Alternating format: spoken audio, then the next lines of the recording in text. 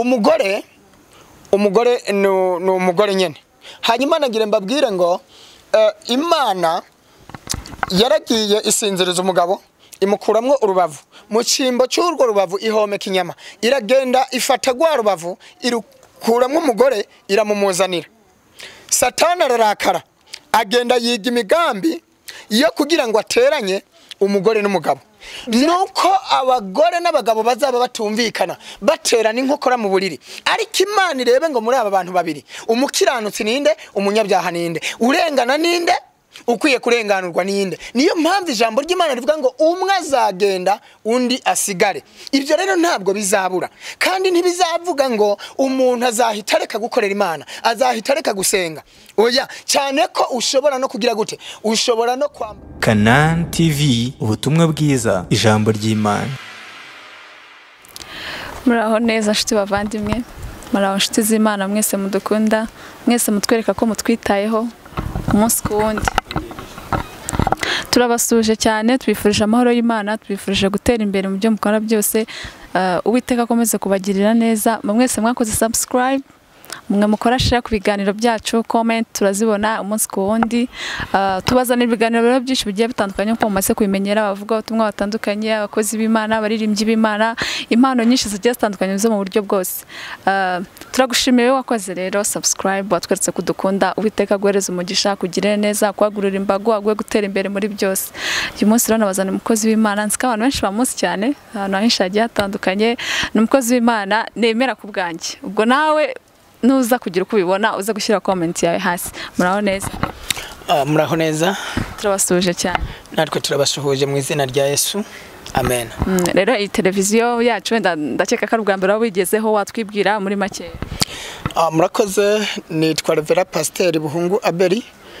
N'ubwa mbere nje kuri iyi televiziyo yanyu. Mwantumiye ariko ntimwanambwiye uko yitwa. Yitwa Canaan TV. Canaan TV, turasuhuje abadukurikiye bose bari hano mu Rwanda, bari Burundi, bari Congo, Tanzania, Uganda na Kenya, abari muri diaspora, muri rusange ku isi yose. Turabashuhuje mu izina rya Kristo Yesu. Imana ni duhana umugisha. Amen. Amen. We nabera uri kwipresenta rero ndizera ko mubashe kubumenya. Abantu benshi bagiye mumuzana atandukanye by'uruhanuzi bukomeye cyane bubasha kukubaturuka va mu byo warurimo. Rero ndagusaba gukurikirana ikiganiro cyacu. Abere turakwakiriye cyane. Murakoze, turabashimiye natwe kwikaze muduhaye. Imana baha umugisha. Hanyuma rero tugiye gutangira twe iyi radio ya ni televiziyo ya Kristo, watangiye dusengera akanya gato.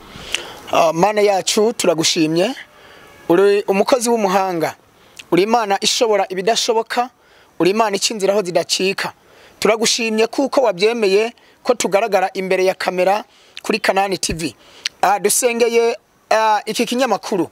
Mana yo mu ijuru, reka uzacagure cyane kandi uhumugisha abakurikira Canaan TV bose bari hirya no hino ku isi yose, kugira ngo bazagire umugisha, ibibazo byabo bizasubizwe mu izina rya Data wa twese n'iry'Umwana n'iry'Umwuka wera, ubutatu butagatifu. Duhamagaye Imana ikora, duhamagaye Imana y'ububasha n'ubushobozi, duhamagaye Imana rubasha, duhamagaye Imana ishobora byose idashobora kimwe, duhamagaye Data wa twese n'Umwana n'Umwuka wera, duhamagaye ububasha bw'Imana yaremye isi n'ijuru, duhamagaye Imana ikomeye, Imana isumba byose, kugira ngo uyu munsi bimenyekane. Haleluya. Reka bari hirya no hino badukurikiye kuri Canaan TV babone gufashwa, babone ubufasha biciye mu ijambo ryawe, biciye mu irivuga butumwa. Reka ugaragare nk'Imana kandi Uwiteka ubikorere kwiyubahisha buri muntu wese ku kibazo afite yakira igisubizo. Urakoze rero kugiye kubana natwe, uri Imana yacu bwite, natwe turi urubyaro rwawe ntituri bibyarirano. Twambika imbaraga, haleluya, kandi udushoboze. Hari byinshi tutakwishoboza kuko turi mu isi, twambaye umubiri uruha unanirwa w'intege nkeya, ariko utwambitse imbaraga tubasha kugira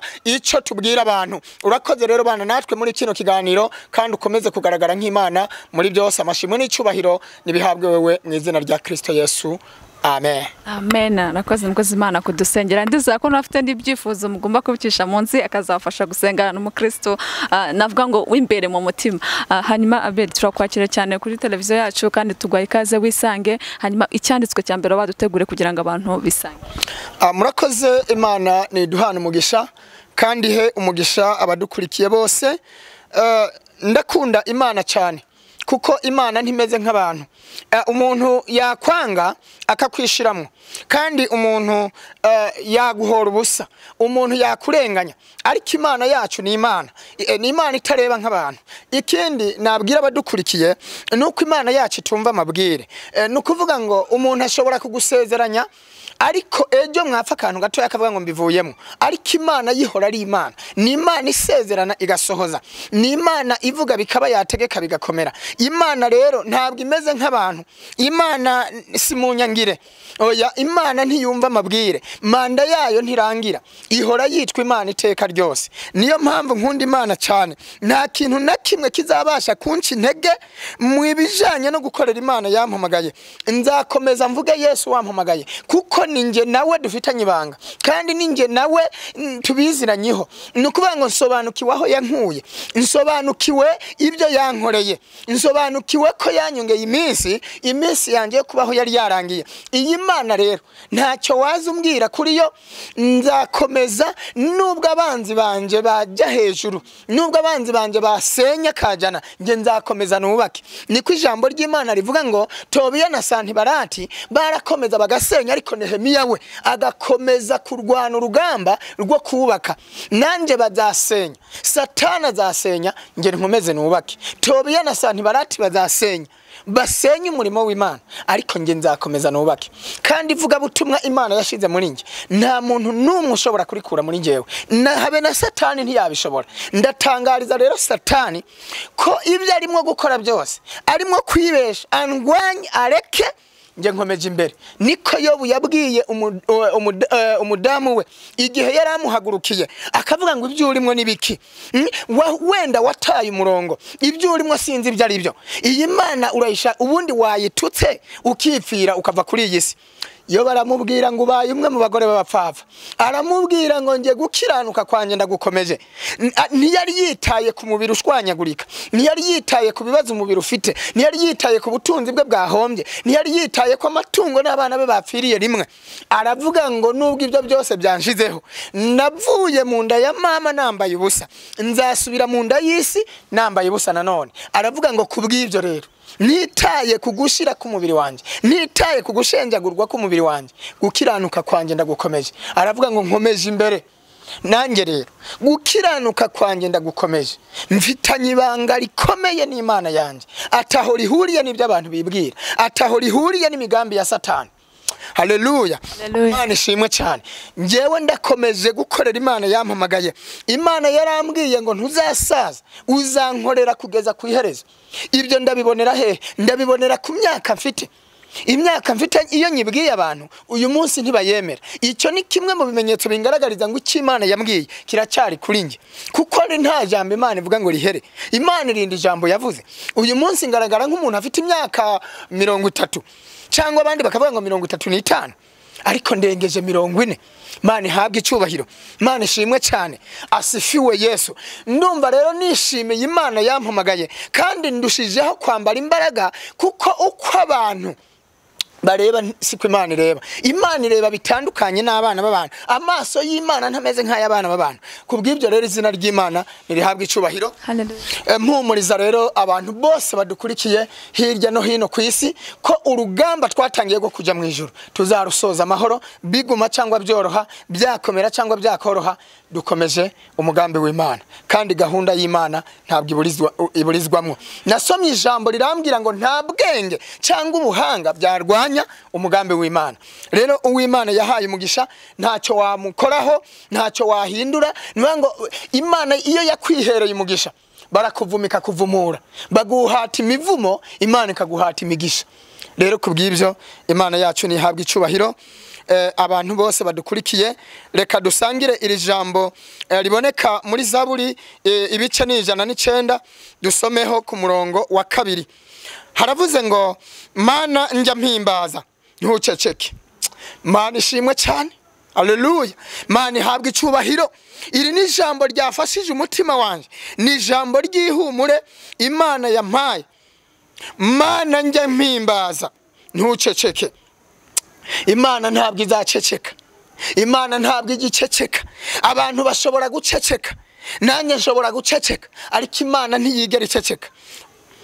Dukomeze ku murongo wa 2 ngo kuko banyasamiye, ngo akanwa k'umunyabyaha, akanwa k'uburiganya bambwirishije ururimi rw'ibinyoma. 3 bangotesheje amagambo y'urwango. Abari kure hirya no hino batumva ikinyarwanda, urwango ni mu kinyarwanda, ariko mu kirundi baravuga ngo ni urwanko. Bangotesheje amagambo y'urwango. Mana ishimwe cyane. Bangotesheje amagambo y'urwango.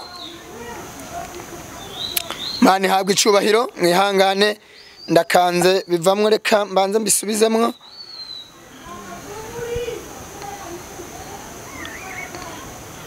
Ndabona yagiye kure ukoresha telefone, Bibiliya muri telefone ntabwo biba byoroshye. Twagarutse ngo bangotesheje amagambo y'urwango, bandwanije nta mpamvu. Urukundo rwanje barwituye kuba abanzi bandwanya, ariko njyeweho nitangira gusenga ku neza, ariko njyeweho nitangira gusenga ku neza nabagiriye banyituye inabi, ku rukundo banyituye urwango. Reka turekera aho ngaho. Yesu ashimwe cyane. Amen. Sinzi niba basobanukiwe cyangwa se niba twasubiramo, ariko ndatekereza ko basobanukiwe. Iri ni ijambo Imana yampaye. Imana impumuriza, imbwira ngo humura, humura, ineza yawe narayibonye, ineza yawe narayibonye. Bibiliya ijambo ry'Imana riravuga ngo ineza yawe imenyekane. Umuririmbyi nawe araririmba aravuga ngo imirimo y'abera iziburwa. Mana ishimwe cyane. Haleluya. Hanyuma rero njyewe iri jambo ryamfashije cyane kuko rinyibutsa ibihe tugezemo. Ku by'ukuri ibihe tugezemo turetse n'iyi COVID-19 iyo izarangira kuko nta joro ridaca kandi nta mvura idahita, ariko ku by'ukuri turi mu bihe biteye ubwoba, turi mu bihe bya nyuma, turi mu bihe abantu bari kwangana, turi mu bihe abantu bari guhindukana, ugasanga ababyeyi ntibahuza n'abana, umukobwa na nyina ni ikibazo, umuhungu na se ni ikibazo, umukazana na nyirabukwe ni ikibazo. Ni ibihe rero tugomba gusobanukirwa ko ibyo bihe byahanuwe kandi bizasohora. Ubwo rero tubirimwo. Mana ishimwe cyane. Kandi ku by'ukuri ibi bihe bizagira kuri buri muntu wese. Uyu munsi rero nasobanukiwe ko abantu batagomba kugukunda kuko turi mu bihe byo kudakundana. Niko ijambo ry'Imana rivuga ngo mu gihe cya nyuma urukundo rwa benshi ruzakonja cyangwa se ruzatimba, mu kirundi niko havuga. Hanyuma rero iri jambo ry'Imana ryambwiye ngo ryambwiye ngo Mana njya mpimbaza ntuceceke mu gihe abantu banyanze, mu gihe abantu bampindutse. Mana ntuceceke, undwanira ishaka ngo kuko banyasamiye, kuko banyasamiye. Akanwa k'umunyabyaha, akanwa k'uburiganya bambwirishije ururimi rw'ibinyoma, bangotesheje amagambo y'urwango, bandwanije nta mpamvu. Urukundo rwanje barwituye kuba abanzi bandwanya. Urukundo rwanje barwituye kuba abanzi bandwanya, ariko njyeweho nitangira gusenga. Ariko njyeweho Imana irazi ko nitangira gusenga, Imana irazi ko nitangira umurimo w'Imana. Imana ishimwe cyane. Ijambo ry'Imana riravuga ngo naho data na mama bandeka, naho abambyaye bana, ngo Uwiteka we ngo azanyitoragurira. Ni impamvu iyi Imana ntimeze nk'abantu kandi ntireba nk'abana b'abantu. Urukundo rwanje barwituye kuba abanzi bandwanya, ariko njyeweho nitangira gusenga ku neza nabagiriye, banyituye inabi, ku rukundo banyituye urwango. Mana ishimwe cyane. Aya ni amagambo muyasome abafashe kandi abereke aho igihe kigeze.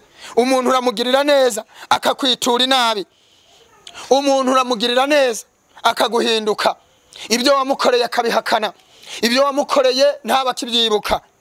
Niyo mpamvu Imana yampaye amajambo mpumuriza aboneka muri Zaburi igice cy'ijana na 19 uhereye ku murongo wa 2 ukageza ku murongo wa 5 cyangwa se wa 6. Mana ishimwe cyane. Imana rero ntabwo yantererana mu bihe byanje bitoroshe ndimo kunyuramwo, muri iyi si irimwo ibyago n'amakuba, muri iyi si iruhije abagenzi, muri iyi si irimwo imibabaro myinshi. Uwiteka ni wampumuriza, ni wambwira ngo humura ndi kumwe nawe, ni wahumura ngo humura turi kumwe, humura ineza yawe narayibonye. Niwe yambwiye ngo ineza wagiriye abantu bakwituye inabi, ariko Uwiteka narabibonye. Mana ihabwe icyubahiro. Rero Imana ishimwe cyane kuko itashobora kuntererana, kandi nzi neza ko itazemera komba umuhigo w'abanzi banje. Nzi neza ko vuba cyane Imana izakomeza yigaragaze nk'Imana, kuko ariyo yampamagaye, kuko ariyo yampaye ijambo. Umuririmbyi araririmba aravuga ngo uwo wahaye ijambo ararigira. Uwo wahaye ijambo Mana yanjye we, uwo wahaye ijambo Mana ararigira. Uwo wahaye ijambo Mana yo mu ijuru, uwo wahaye ijambo Mana ararigira. Imana yampaye ijambo, kandi iyi Imana yaguhaye ijambo nta mwana w'umuntu ushobora kuri kwaka. Niyo mpamvu buri muntu wese yifuza kuntunga mikoro, niyo mpamvu nawe kandi wanshakishije kugira ngo untunge mikoro. Hari uko wambonye, hari uko wanyumvise, cyangwa se Imana yagutegetse nawe, kuko Imana ikorana n'abantu. Mana ishimwe cyane. Iki nico nkundira Imana. Niko Theo yaririmbye aravuga ngo icyo nkundira Imana rero barakwangayo ikakwemera. Haleluya. Barakuvuma igavumura, baraguhonyora igahuhaho, baraguca nayo ikagucira kanzu. Asifiwe Yesu. Ibi yo mbyibutse, haleluya, no mu byago ndarema, no mu ntambara Imana itera umutima wanje kwishima, nkanezerererwa agakiza k'Imana yanje, nkishimira kuko Imana itameze nk'abantu. Iyo abantu bagutereranye ugomba guhamagara Imana. Niko ijambo ry'Imana rivuga. Ijambo ry'Imana riravuga ngo ubabaye asenge, ngo ariko unezerewe nawe aririmbe. Asifiwe Yesu. Mu gihe cy'umubabaro nibwo Imana isanga ikampumuriza, nibwo Imana izikavugana nanje. Nahamagawe n'umuntu ntazi, arambwira ngo mukozi w'Imana sinkuzi, arambwira ngo nawe ntunzi, ngo naho twahura ntiwamenya, arambwira ngo ariko nakubonye umunsi umwe ngo uri kubwiriza ahantu mu giterane, ngo nongera kukubona ngo kwitangaza amakuru, ngo Imana yambwiye ngo nkubwire gutya na gutya. Ntabwo ari ngombwa ko ninda kubivuga, ariko Imana yavuganye nanjye, kandi Imana yambwiye amagambo ahumuriza umutima wawe. Tukiraho ngaho Pastor ntaguciye mu ijambo, uducire utubwiye ku ijambo ry'Imana kandi ryiza kandi ryubaka. Hanyuma rero mu bihe tugezemo abantu benshi bari mu rucantege bitewe n'abakozi b'Imana. Umuntu akaza akamubwira nk'ikintu nk'uko wowe yakikubwiye akavuga ati narabiguye kenshi, nabiguye n'abantu benshi batandukanye, wowe urabigemeza gute? Kandi nziko nawe uri umuhanuzi mubundi, kandi hari buryo wahanuye bitaragerwaho na Nisa, urabivuga? urakoze cyane. Imana niduhana umugisha. Twebwe turavuga tukavuga ibyo yatubwiye, ariko ntabwo ari twebwe dukora kandi ntabwo ari twebwe dusohoza. Imana niyo yonyene isezerana ikanasohoza, niyo isezeranya umuntu ikanamusohoreza icyo yamusezeraniye. Ni ukuvuga ngo iyo imbwiye ngo ninze nkubwire gutya, ntabwo imbwira ngo iki kintu genda ukimubwire kandi umubwire ngo nzagisohoza ku munsi uyu cyangwa itariki iyi. Icyo usabwa ni ukwizera, icyo usabwa ni ugutegereza, ugategereza Imana, kuko tuzi neza ko nta jambo Imana ivuga ngo rihere. Imana yabwiye Aburahamu ko azabyara umwana ashaje. Sara yari yaraciye kubyara, yarabitegereje arabibona. Nuwango ni Imana itabesha. Ndakunda ijambo rimbwira ku magambo y'umusaza yitwa Simeyoni. Simeyoni umuhanuzi yaraje aramuhanurira ngo nubwo ushaje nakurahiye ntabwo uzapfa amaboko yawe adakikiye umwami Yesu. Bibiliya irambwira ngo byasohoye haciye imyaka 400. Byasohoye haciye imyaka 400. None uyu munsi nguhanuriye nkakubwira ngo Uwiteka Imana aravuze hagaca imyaka 400. Ku by'ukuri waba ugifite icyizere ko bizasohora?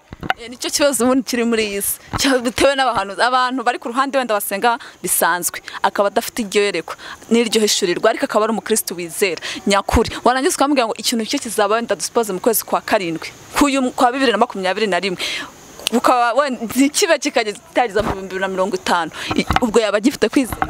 Uyu munsi nambaye izindi imbaraga, kuko njyewe iyo abantu banca intege nibwo njyewe nambara imbaraga. Iyo abantu bansubiza inyuma nibwo niruka cyane nkakomeza imbere. Nagira nkubwire ngo icyo twabwira abantu badukurikiye, njyewe numva ko abantu badakwiye kwitotomba ngo ibyo twahanuriwe byatinze gusohora. Ahubwo niba Imana yaravuganye nawe, hagarara ku ijambo Imana yavuze. Nshingiye kuri iyi myaka 400 Simeyoni yamaze ategereje isezerano, kandi amaherezo byarasohoye akikira umwami Yesu. Haleluya, asifiwe sana Yesu. Izina ry'Imana rihabwa icubahiro.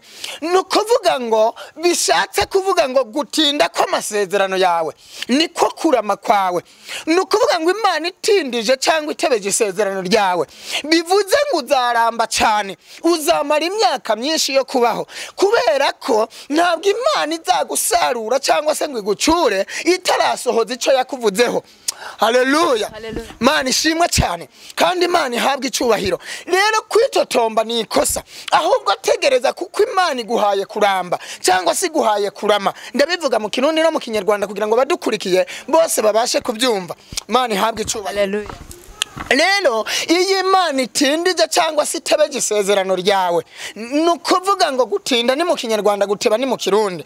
Iyi Imana itindije isezerano ryawe, wowe ufite amahirwe yo kurama, kuko Imana ntishobora gukora ikosta ryo kugira ngo iguvaneho ku isi, ikuvane mu mubiri itarasohoza icyo yavuganye nawe. Yakitwa umubeshi. Umuntu apfa atarabona icyo Imana yamuvuzeho, ntabwo ari Imana iba yarabivuze, ntabwo ari Imana iba yaravuganye nawe, ahubwo uwo muntu baba baramutuburiye, baba baramubeshe bakabangwira avuze itavuze. Kuko nabwo tugomba kubisobanukirwa. Mu isi ntabwo habaho ibintu original gusa, habaho na pirate, kugira ngo ufite menshi agure n'ufite makeya agure. No mu bahanuzi harimo original, hakabamwo na pirate. Asifiwe Yesu. Haleluya.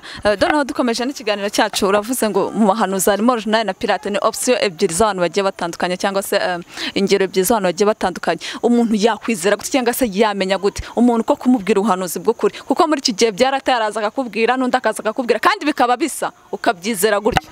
Twahawe umwuka wera uba muri twebwe. Niyo mpamvu Yesu yasize avuze ijambo rivuga ngo simbasize nk'imfubyi, nzaboherereza umufasha, ari wo mwuka wera. Haleluya. Uwo ngo azakwemeza abantu, abemeza iby'ibyaha, azakwemeza abantu, aze akwemeze mu mutima wawe, wumve neza ibyo nkubwira bihuza n'ikiri mu mutima wawe, kuko mu mutima wawe hari kirimo. Ndavuga wa mwuka wera. No kuvuga ngo ndi kwira itangazamakuru, ibyo ndimwo kuvuga, ibyo ndimwo kubwira abantu nibabyumva, ukaba ufite wa mwuka wera, harabaho connection y'uwo mwuka wera aba muri wowe n'uwa muri jewe. Nibimara gukonegitana, uraza kumva wemezwa n'uwo mwuka wera ari muri wewe, ati uyu muntu umukozi w'Imana uyu muntu by'ukuri ndahamya ko Imana iri muri we haleluya nukuvuga ngo muri wewe uzumvamwe ikintu kikubwira ngo uyu ni umukozi w'Imana cyangwa kigahakana nabyo birashoboka kuko ahatari umwuka wera hari umwuka wirabura hari kuko imyuka ni myinshi abantu bagiye bavuga ngo nkoreshwa n'imyuka ngo ibintu bitandukanye ariko ndavuga ngo umwuka wera niba ari muri wewe nanjye akaba ari unkoresha ikiri muri wowe kizakomikana n'ikiri muri jewe niba umwuka uri muri wewe udasa n'uri muri jewe ntabwo bizahuza kuko umuco n'umwijima ntibihura urabizi ko bitigera bihura ntabwo bishoboka ko amanywa nijoro bihura byose ngo bihure ntabwo bikunda iyo kimwe kivuyeho haza ikindi biratinyana kandi birubahana kimwe kije ikindi kirahunga kikubaha kigenzi cyacu ijoro ryubaha amanywa n'amanywa yubaha ijoro hanyuma rero nkavuga ngo wewe iyo umaze kumva ico kintu kiri muri wewe gikominikana n'ikiri muri jewe biguha kwizera hanyuma kwa kwizera niko kurema kandi niko gukora kuko iyo hamaze kubaho gushidikanya egare nta gukora kubaho niko ijambo ry'Imana rivuga ngo mwizere mudashidikanya ngo ntibizoba iyo umaze gushidikanya egare ntibishoboka iyo umaze kugira ubwoba cyangwa se ugashidikanya biba bipfuye Imana ishimwe cyane dukomeje nda pastor uri kudusobanura wenda kubona abantu bagiye bakuvuga hari abenshi bagenda bibona ku yandi mateleviziyo bavuga ko ngo umunyamitwe ufite ibindi bintu gukoresha ngo hari ibintu hano ku gihugu cy'u Burundi ntibyagerwaho bibasaga ndende bavuga ko mu itangazamakuru waje kubabeshya kuko ngo uhora uvuga ibintu bitaba noneho kuri iki gihe wenda ukaba utakivuga nk'Imana igushyira ku mutima ku gihugu cy'u Burundi byaba byararangiye ko ubuhanuzi bwa bwararangiye urakoze cyane ubuhanuzi ntabwo burarangira kuko igihe cy'uko burangira ntikiragera Bibiliya ijambo ry'Imana rirambwira ngo ego nukuvuga ngo ibindi byose bizarangira guhanura bizakurwaho n'ibindi byose yewe ibindi byose bizahagarara ibyo turabizi ko igihe kizagera ariko uyu munsi ubuhanuzi ntiburarangira ubuhanuzi buracyariho Imana iracyakora kuko iracicaye ku ntebe y'imbabazi iracyakeneye gufasha abantu iracyakeneye kugira ikibwira abantu uyu munsi ndabwira ngo abantu bumva ibyo mbega kuki badatekereza ko Satani yarakarira ivuga butumwa ryanje kuki badatekereza ko yandwanya nkuko yarwanyije Adamu na Eva muri Edeni abantu ko badatekereza ko Satani atishimiye ivuga butumwa ryanje kuko urumva turi ku rugamba turarwana mu gihe Rwana rero ni umwanzi wanje ndamurasa na wakandasa kuki batumva ko yakoresha ku marabika n'ibindi byose njyewe ndatangaza ngo Imana yampamagaye niyo inkoresha kandi ndahamya neza ko ubuhanuzi ntanga benshi bafite ibihamya hari abantu bahamya babonye Imana twagiye mu bitaro hirya no hino twasengeye abarwaye yewe twasengeye n'abapfuye bashizemo umwuka ibihamya birahari yewe twanabagarura nkuko twabashize no kubindi bitangaza makuru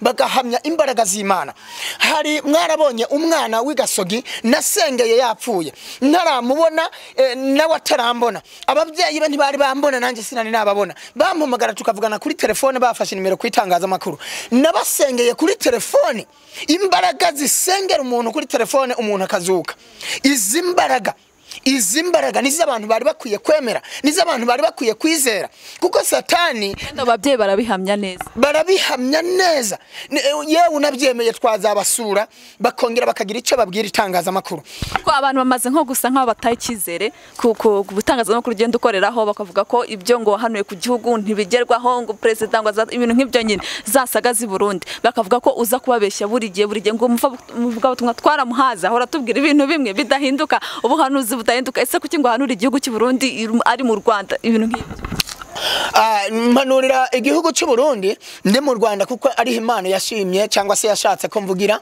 kuko ni Imana yantumye uyu munsi ntabwo ushobora kwizamura ngo ube muremure Imana yarakugize mugufi uba mugufi yarakugize muremure buguri muremure no kuvuga ngo ndi hano kuko ari Imana yanteretse ndi hano kuko ari Imana yemeye komba uyu munsi nimpindurira izantwara n'ahandi rero nkora icyo Imana imbwiye hanyuma icyo nabwira abadukurikiye nibasobanukirwe yuko Satani uhereye kera kose yarwanya abantu b'Imana kandi Yesu yasize abivuze yaravuze ati murabonye uko isi ndwanyije murabonye uko isi nteye amabuye murabonye uko nciwe amacandwe cyangwa se mvumwe amate nabo niremeye murabonye uko isi inyanze ku mugaragaro niko namwe izabanga niko namwe itazabemera nimubona ibanze ntimuze murakare ntimuze mubabare anje yabanje kunyanga rero kubyukuri ibihamya birahari nubwo satani yakivanga mu by'Imana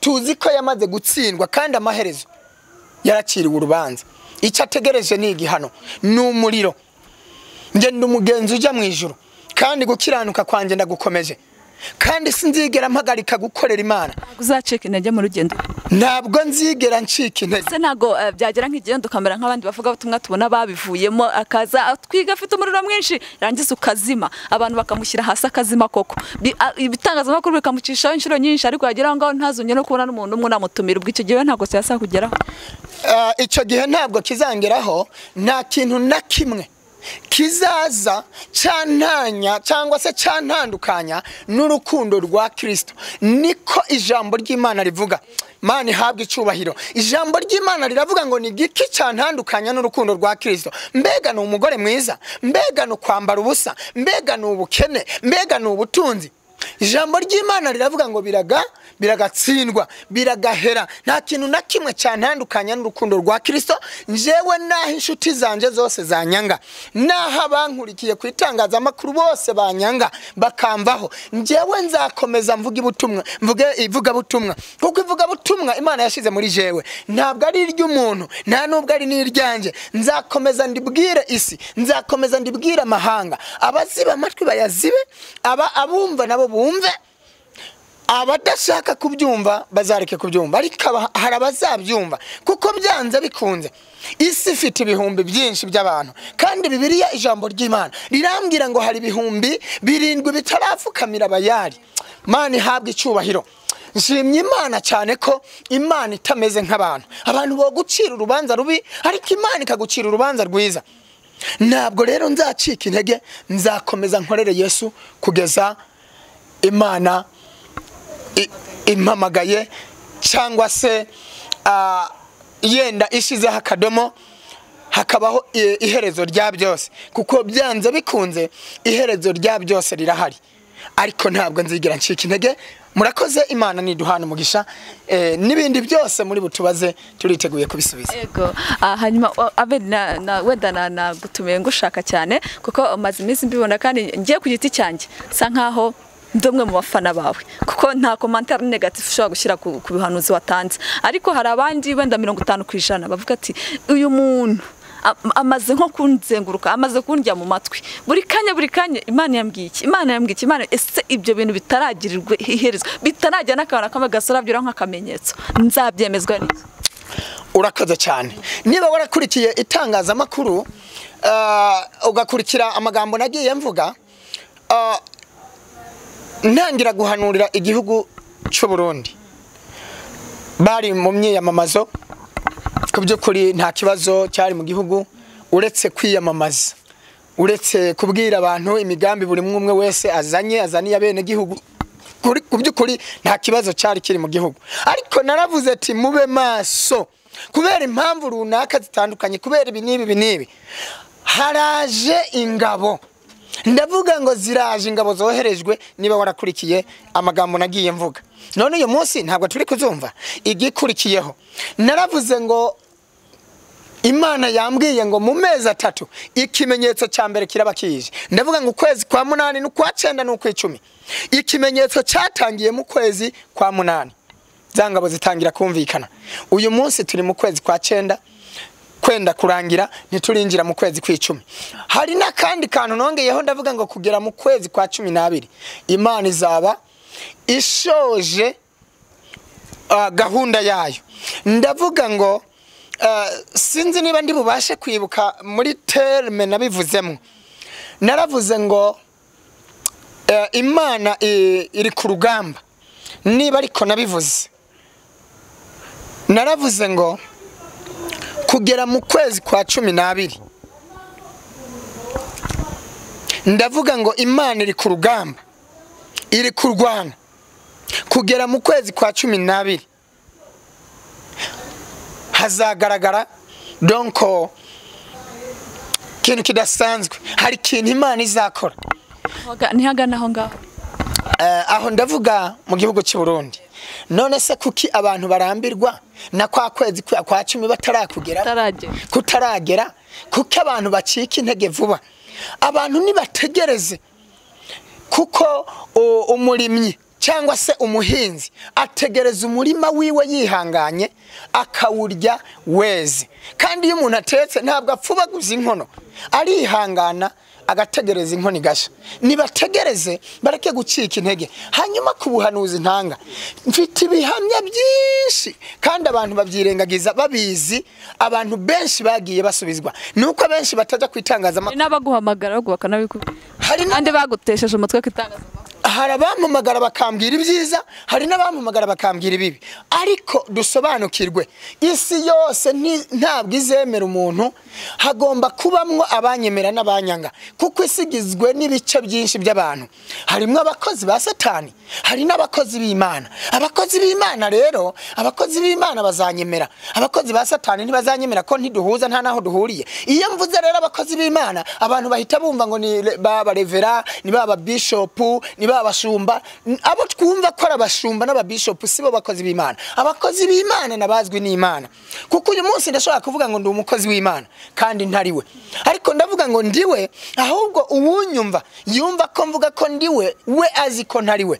Uwo nguwo ntacyo namuvugaho, Imana irazi ko izabigenza. Ariko kandi nkahamiriza abantu badukurikiye ko baza bashishoza ku mpande zombi. Ni gute iki gice cy'abantu bandwanya, ni gute abantu badashobora no kwibaza ko ari gatumwa, intumwa za Satani yohereza kugira ngo zince intege. Uyu munsi Satani ni imyuka mibi, ntabwo ashobora kuza nk'igisimba c'amahembe ngo tukibone. Aza mu buryo butagaragarira amaso y'umubiri. Ni imyuka igendagenda hasi ku butaka no hejuru mu kirere, ntigaragara, ariko igakoresha mu abantu cyangwa igakorera mu bantu. Ni gute abantu badashobora no kuvuga ngo aba bantu bamusebya, aba bantu bamuvuga, bashobora kuba ari abakozi Satani yohereje kugira ngo umukozi w'Imana acike intege abivemo. Icyo mpamya nuko niba turi kuri tere uyu munsi nje na Satani turasana, kuko Bibiliya iravuga ngo turasana n'umubiri n'isi na Satani,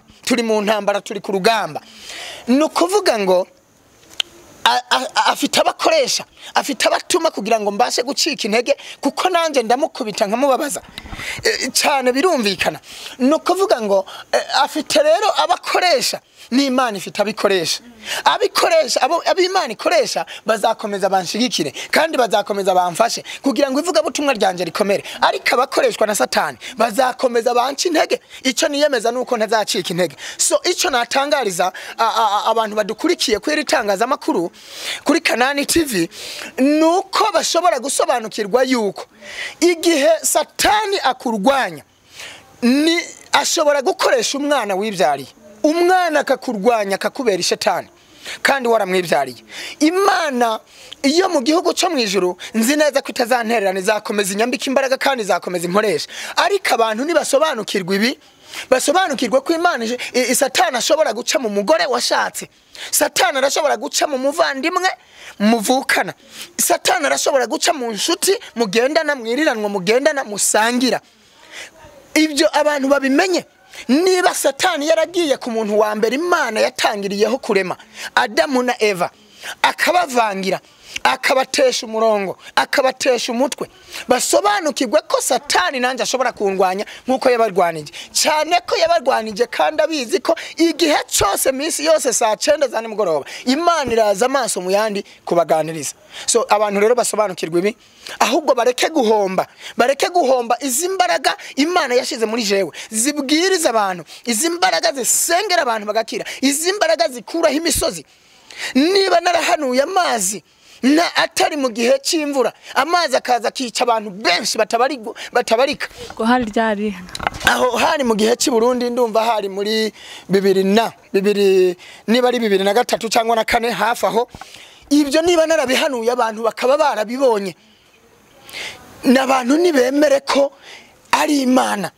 Niba narahanuye nkavuga ngo ibi bizaba bikaba niba naravuze ngo ingabo zoherezwe n'Uwiteka kuko hari nabandi bahanuzi bagiye babihanura niba warakurikiye itangazamakuru ntabwo ari Pastor Abel wenyene nkuko mbivuga yahanuye iby'i Burundi byahanuwe n'abantu benshi cyane uyu munsi hari nabandi bakomeje kubihanura ndavuga hari n'uwundi muhungu nabonye sinibuka amazina yiwe yahanuye aravuga ngo mu Burundi bigiye kugenda gutya na gutya hagiye gupfa umuntu ukomeye avuga yavuze ndumva yaravuze no kubijanye n'ibiti avuga ibintu yabonye biterwa nk'amabuye ubwo yari amabombe cyangwa se yari amagrenade uyu munsi birimo gusohora avuga ku ngabo zigiye gutera Uburundi ahubwo ikintu cishe abantu nukutizera nukutemera ijambo ry'Imana riravuga ngo abatabizi bishwe no kutabimenya Bibiliya iravuga ngo nuburira umuntu kamubwira ngo ntazabura gupfa akanga kubyumva Bibiliya iravuga ngo kubera kuzaba wavugije impanda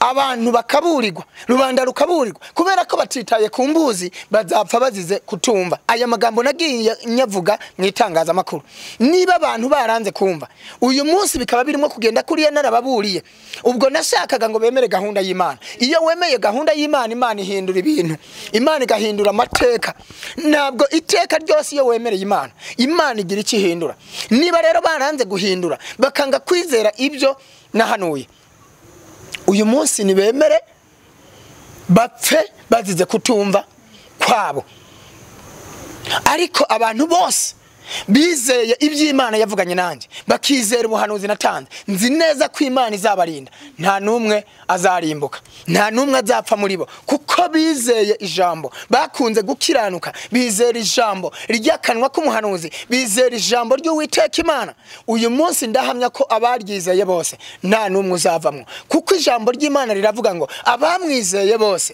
yabahaye ububasha bwo gucika abana b'Imana kandi abo ntibazapfa rubi ahubwo bazahabwa ubugingo buhoraho haleluya ijambo ryiza ry'umwuka umuntu yakomeza kuganira nawe ariko wenda tugana ku musozo w'ikiganiro cyacu tungera tugutumire biraterwa na comment hano bishyira hasi hari abavuga ko hamaze iminsi wenda baca ku mbuga nkoranyambaga singo mwagomba vuge ariko none bakaba bavuga ko bafitanye ibibazo n'imiryango yabo abagore n'abagabo n'ibicyose kuba baratandukanye n'abagabo kaza kubwiriza abandi kubaka ingo kandi nabo zarabananiye hasi muri comment abaturanye babo gashyira bakavuga ati utubwiriza nkande umugabo wawe ari hariya wamushyize utarasuye abana aho utararebye uko abana bameze wowe kaza kubaka izindi ngo kandi zara urakoze cyane ubwo buhanuzi umuntu yabwizera gute kandi nawe ubwawe utishoboye ko navuga urakoze cyane Imana iguhereze umugisha nagira mbabwire ngo umugore ni umugore nyene hanyuma nagira mbabwire ngo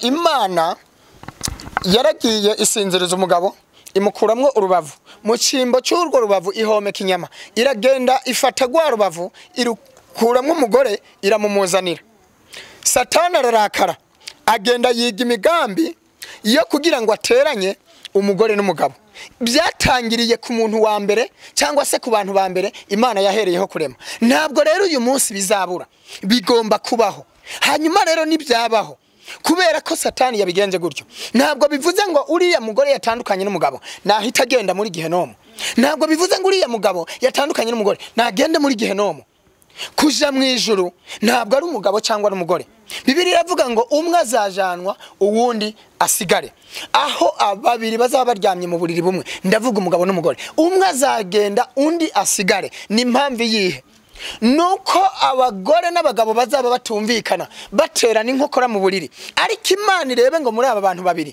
umukiranutsi ninde umunyabyaha ninde urengana ninde ukwiye kurenganurwa ninde niyo mpamvu ijambo ry'Imana rivuga ngo umwe azagenda undi asigare ibyo rero ntabwo bizabura kandi ntibizavuga ngo umuntu azahita reka gukorera Imana azahita reka gusenga oya cyane ko ushobora no kugira gute ushobora no kwambara impeta itari yawe nabyo birabaho ushobora no kwambara iyawe kwambara impeta itari yawe gute ubwo dusana kwambara impeta itari yawe ufite umukunzi utamana tako yes ibyo ni ibintu bibaho hari abantu benshi ntabwo batwara abagore Imana yavuze cyangwa yababeretse hari n'abataba barinze gusenga ngo Imana igira ikibavugaho akagenda akamureba yumva umutima uramukunze akamutwara none se iyo umutwaye umenya gute niba ari we Imana yari yarakugeneye igihe rero utwaye umugore Imana itakugeneye byanze bikunze mushobora no kubyarana umugambi w'Imana ushobora kuzasohora Imana ikaguhuza na wa wundi Imana yakugeneye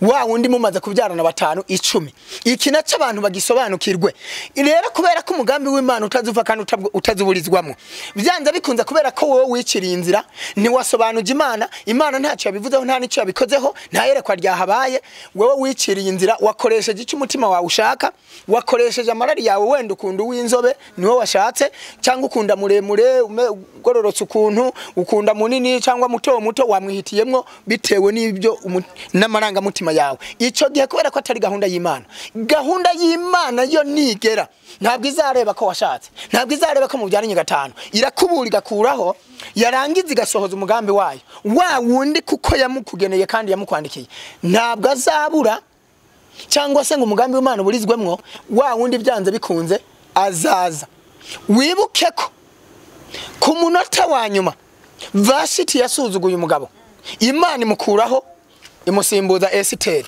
byihuse cyane kubwa gasuzuguro ka Vashiti Imana iravuga ngo nguciye ku ngoma ntuzongera kwitwa umwamikazi ahitaba Esiteri hanyuma rero dusobanukirwe ibi abanzi babandi babaho niko byagenze Hamani yanga Morodekayi amuhoye ku mwami yamuhaye agaciro amuha icyubahiro amuha akazi amushira ku irembo kugira ngo amurindire umutekano Hamani amugirira ishari Morodekayi yari umutoni atonye ku mwami Hamani amwishiramwe aramugambanira ahimba ibinyoma byinshi nkuko uyu munsi natwe babiduhimbira nk'abakozi b'Imana iki naco abantu bagisobanukirwe bareke kwangira umuntu busa bareke kwanga umuntu kubera ko bumvise akantu runaka bashishoze bavuge ngo Satani abaho kandi Satani ntakunda umukozi w'Imana nukuvuga ngo ibivugwa ntabwo ari byo nibabanze bashire ku munzane kandi bashishoze ico gihe barabizi bose ko Hamani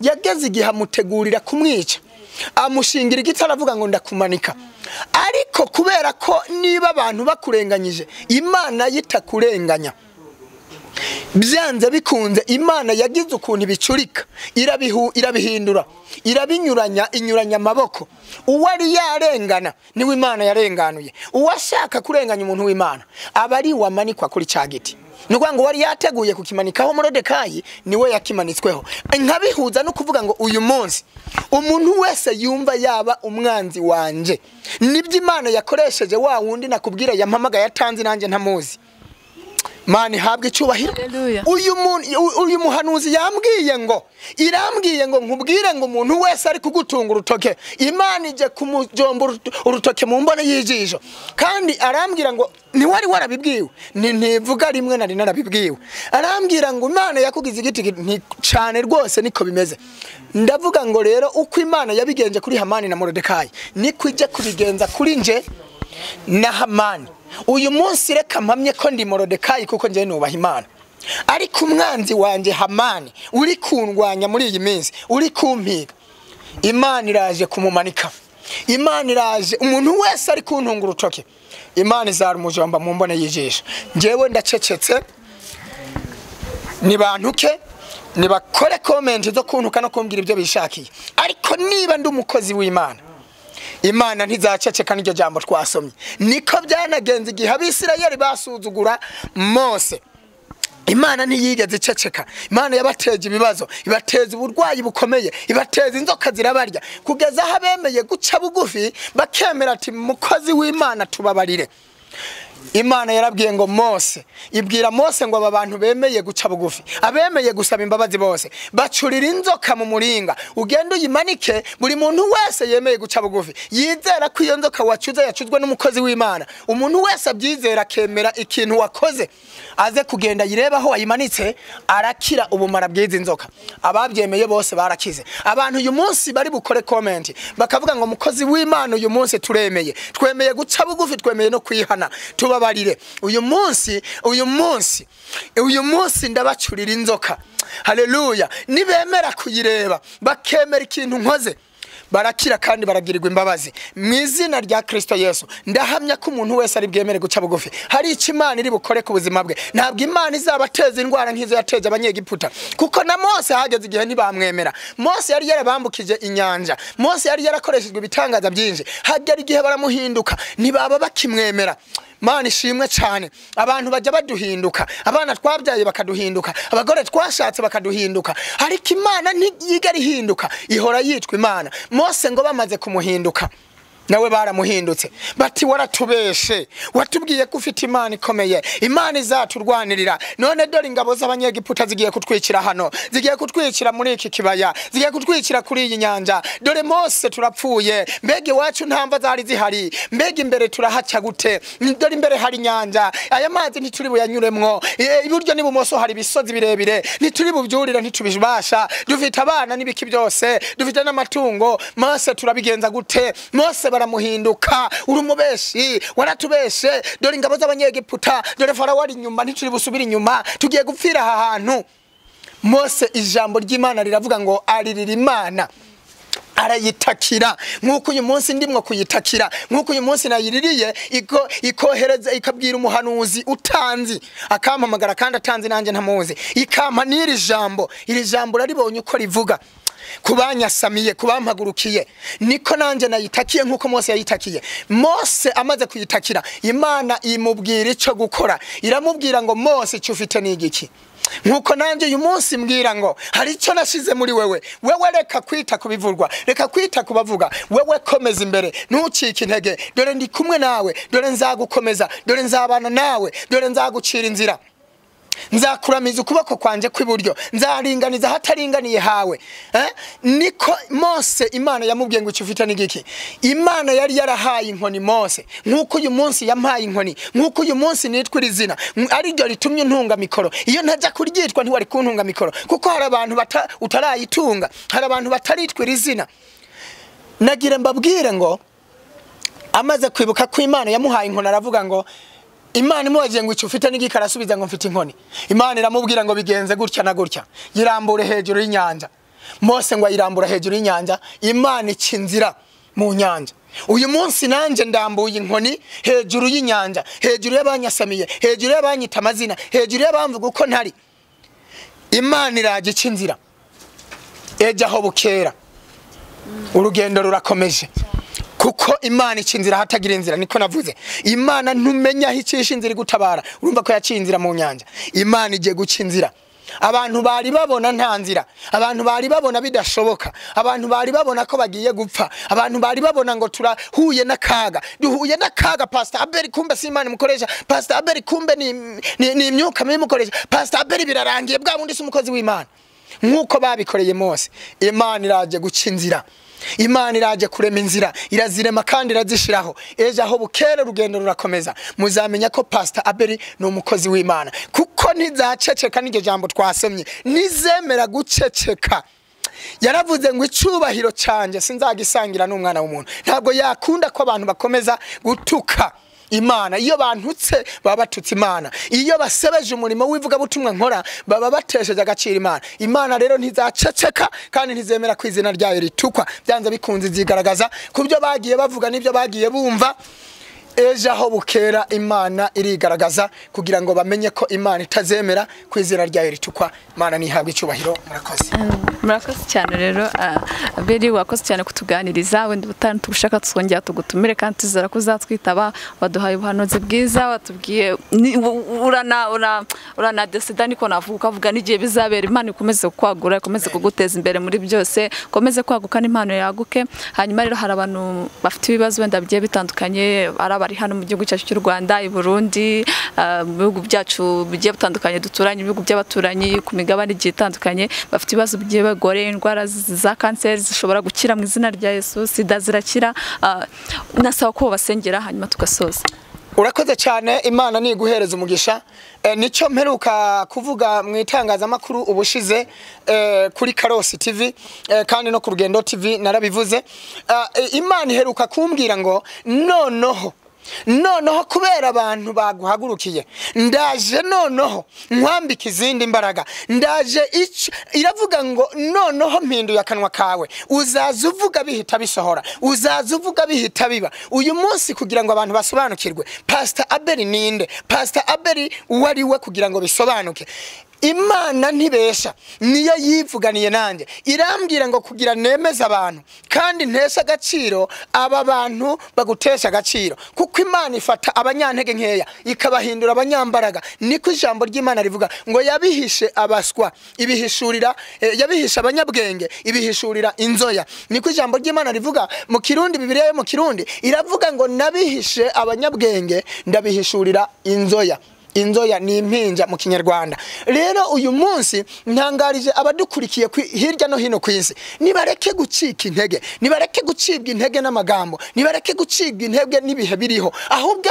Satani arashaka ngo bahombe ubugingo Satani arashaka ngo bahombe ijuru yabateje kwitotombera umukozi w'Imana kumbe wa wundi siwe kumbe gucana gutya ibi bizatuma abantu bahomba ijuru bahomba ubugingo ni systeme ya Satani afite systeme afite imigambi myinshi cyane ni umunyabwenge ariko natwe reka tuba abanyabwenge ahubwo butuvugana ni bampamagare kuri iyi nimero turasengera umuntu wese ku kibazo afite indwara zikire mu izina rya Yesu umuntu wese ku kibazo afite yaba ari kanseri yaba ari sida yaba ari ikibazo cyari cyo cyose ufite byashoboka ni diabete byashoboka urwaye amara icyo twita ama intestin mu Gifaransa byashoboka urwaye umugongo byashoboka warivuje byarananiranye byashoboka wagiye no mu bapfumu biranga uyu munsi bavuze ngo ndi umupfumu ndabemeza ngo ndi umupfumu wa Yesu dakoro ndi umupfumu ariko ntabwo ndi umupfumu wa Satani ndi umupfumu wa Yesu abaraguje ku mupfumu ku bapfumu b'isi ku bapfumu ba Satani bikananirana uyu munsi ndabatangariza ngo nibaze iwanje Imana ishimwe cyane noneho ku mupfumu wa Satani byarananiranye byaranze nibageragereza ku mupfumu wa Yesu Imana ikora ibitangaza Imana yakoresha ibitangaza bakera uyu munsi iracyabikora kandi niyo yankoresheje bya bindi na bya bindi uyu munsi iracyabikora ndashaka ko Imana ikora ibitangaza Imana ije kwiyereka abantu bundi busha Imana ije kunkoresha ibidasanzwe kugira ngo yemeze babandi bakora za commentaire babandi birirwa bavuga amagambo ndatangaza ko uyu munsi nzaza mvuga bihita bisohora uyu munsi ndaza mvuga bihita biba kugira ngo Imana yemeze abantu ndatanga nimero bampamagare dusengana Imana bongere bagira icyizere Satani ye kubariganya Satani ashaka ngo ntibakire Satani ashaka ngo ntibasubizwe Satani ashaka ngo bahombe ijuru bahombe ubugingo kubwo kwanga Mose kubwo kwanga umukozi w'Imana abantu bose banze Mose bahuye n'akaga abasabye imbabazi nibo bakize barinze gucurirwa inzoka mu muringa imanikwa hejuru ku giti umuntu akagenda akayireba niba umuntu yari yizeye inzoka icuzwe mu muringa itavuga itaryana kubwo kwizera bagakira uyu munsi barabuzwa niki kwizera ibitangaza tubabwira baduhamagare tubasengere mu izina rya Yesu ibyabo bikoreke ibyabo bikemuke ibyabo bifunguke inimero yanjye kuba ari hanze y'u Rwanda ni akamenyetso ko guteranya 250 78 58 64 705 ndayisubiramwo akamenyetso ko guteranya 250 78 58 64 705 kubari mu gihugu 07 8 58 705 Imana duhana umugisha shalom shalom Shalom Abel rakoze cyane kudoreza ikiganiro bitaka guhereza umugisha kandi akomeze kukwagura mu mpano yawe nawe mwakoze rero mwese mwadukurikiye kuri Canaan TV abadukunda twese mukomeze gukora subscribe mukomeze kuduteza imbere kugira ngo natwe dukomeze kubazana ibintu byiza Uwiteka Imana uhereza umugisha wowe wese wabikoze washarinze ku nshuti zawe Uwiteka akomeze kuguteza imbere kandi akwagure ndakwizeza ko ibyiza biri imbere ciao mwari kumwe nanjye ari Mutima Ukeye na Isaac kuri kamera Canaan TV ubutumwa bwiza ijambo ry'Imana